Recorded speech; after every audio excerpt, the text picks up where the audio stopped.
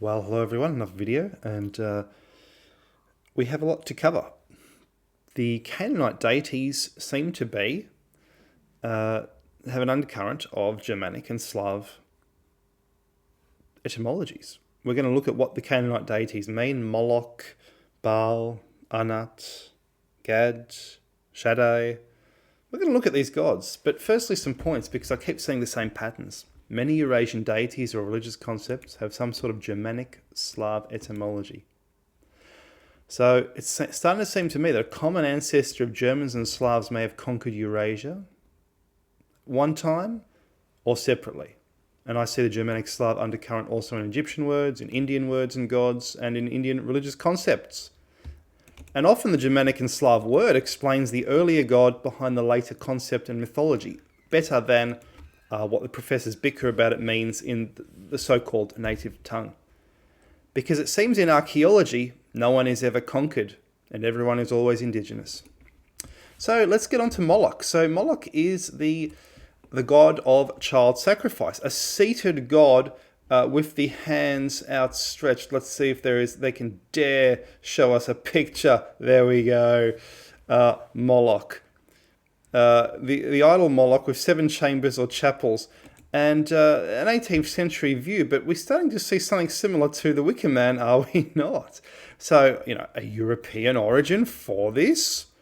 And of course, it seems to mean sacrifice in... It seems to mean... They say it seems to mean sacrifice in Hebrew, right? That's not the original word, because you don't have a god. You sacrifice to all gods. You don't have a god dedicated to sacrificing to. There is no such thing as a god of sacrifice itself. There is a god of certain things which give us things. So what does it mean? Well, it's obvious in the Slav language. Maui, mawa, small, little, the little ones. That's a possibility. I'm not saying that's certain, but that's certainly a possibility.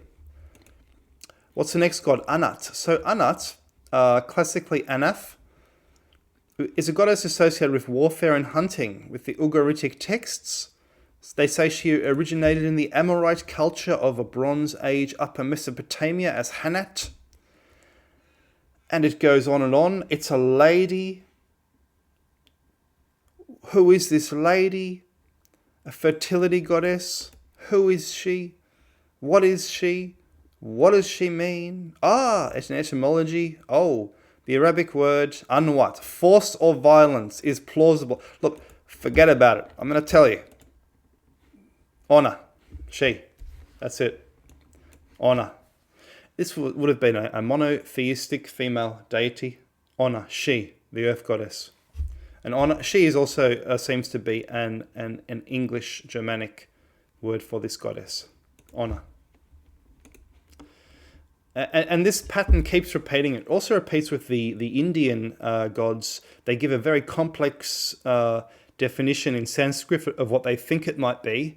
And then I look at the Slav or German word and I see exactly what it is. Baal.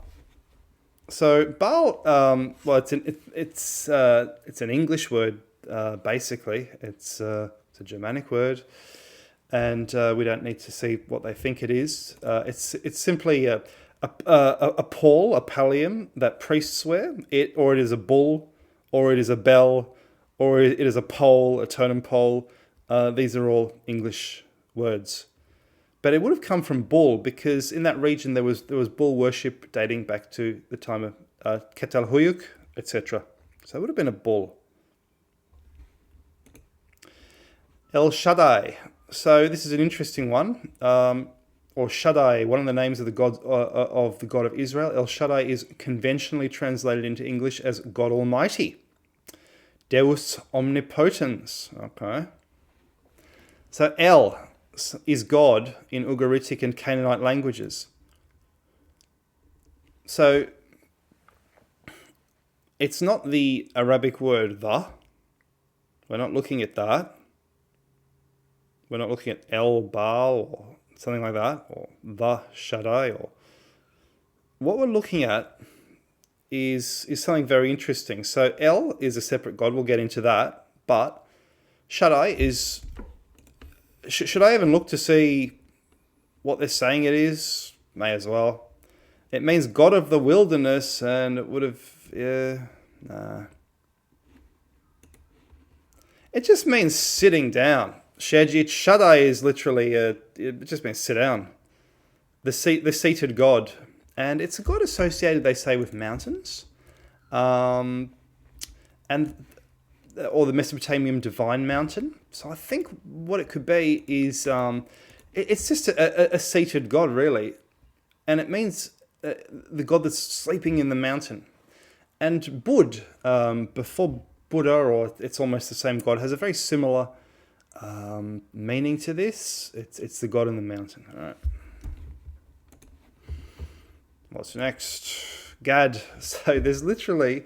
So God is a Germanic word for God, and there's literally a Canaanite deity called Gad. Right, okay. So Gad is mentioned in the book of Isaiah.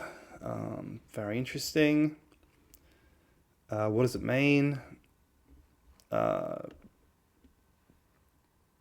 there's nothing here on the etymology of what it could be. In Germanic, it means goods. Him. What's next? El. So El, the creator. What does it mean? It just means the old one. I think. Look, I don't know. This is just... I don't know. The elder, having lived a long time. Mot. So, what's Mot? Mot is the Canaanite god of death and the underworld, also known to the people of Ugarit and Phoenicia, and it's an extremely European word. It seems it's a personification of death. It's death in Semitic and Afro-Asiatic, but they don't look at the fact that it's European. Simple as that. Lotan.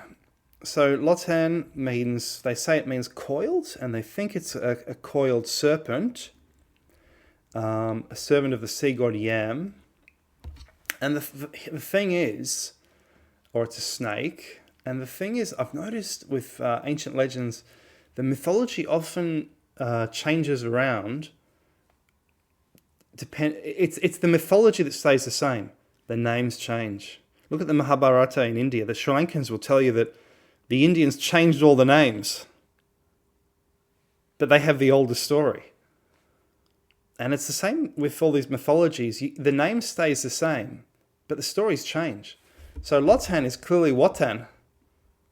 In Polish, there's another letter which is halfway between L and W, and that's the connection. It's Wotan.